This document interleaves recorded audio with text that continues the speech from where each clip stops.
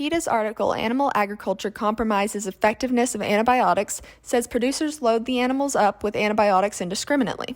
This article also says that although an animal may not have been on antibiotics at the time of slaughter, there could still be some harmful residue left by the time of human consumption, which causes health issues. The objective of PETA's article is to scare consumers and convince readers to avoid animal products. While Science Direct's article, Antibiotic Residue in Food Animals, Public Health Concern, takes a scientific approach to explain the use of antibiotics in food animals. While there is a risk of residual effects in the end product from the animals, a withdrawal period is used to eliminate human exposure to food with antibiotic residue. The purpose of this article is to look at why the use of antibiotics in food animals is necessary and how the withdrawal period is an industry tool used to protect humans' health. Purdue University's article, Antibiotics in Livestock Production, states that the use of antibiotics in any matter can lead to an increase in antibiotic-resistant bacteria. If consumers get these bacteria that have become resistant, then they will have a smaller chance of overcoming some diseases. PLOS One's journal, Antibiotic Residues in Antibiotic-Resistant Bacteria Detected in Milk Marketed for Human Consumption in Kibera, Nairobi, uses testing to prove that using antibiotics on production animals can end up hurting consumers. When testing for antibiotic residues, scientists found antibiotic-resistant E. coli colonies forming in the milk. The National Center for Biotechnology Information's article, Antibiotics and Bacterial Resistance in the 21st Century, describes antibiotic-resistant bacteria and why it has had a significant increase in frequency over the past few decades.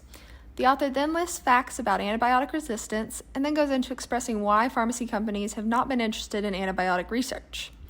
Overall, this article is informing the reader about the facts of antibiotics and antibiotic resistance.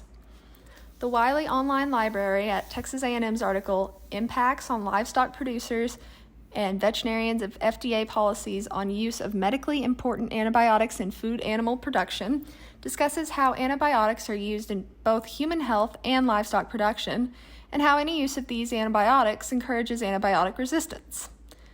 This article goes in depth on the important FDA policies, including the potential impacts of these policies.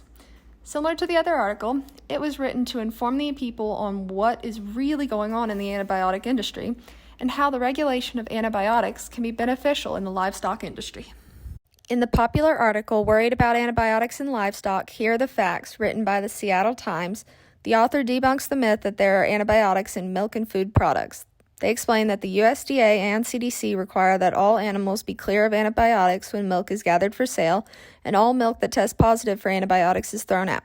However, there are traces of antibiotic-resistant bacteria in livestock products, aka superbugs. Even the manure we use to fertilize crops can have traces of antibiotic-resistant bacteria that we can find in our market produce.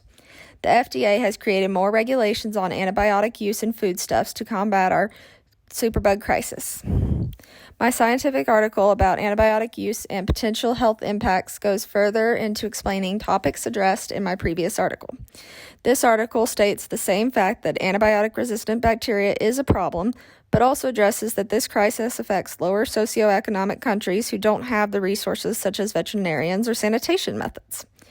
This article recommends that veterinarians be the only ones to administer antibiotics, sanitary livestock facilities to avoid illness and the need for antibiotics, and also to educate and provide resources for poorer countries to raise livestock with as little antibiotics as possible. Nationalized Center for Biotechnology Information article, 100 Years of Bacteriophages, Can Phages Replace Antibiotics in Agriculture and Aquaculture? The article describes the science behind the possibility of using bacteriophages in order to sustainably overtake the reliance on antibiotics. The science and technology is not too far behind to make this a reality. However, there is much needed research and development in which the article describes how it would be possible and the effects of the change.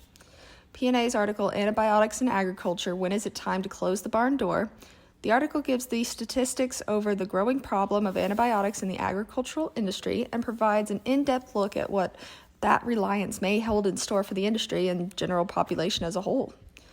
Taking a deep dive into the industry's poor job of dealing with the ever-changing genetic development of bacteria and the evolution of pathogens.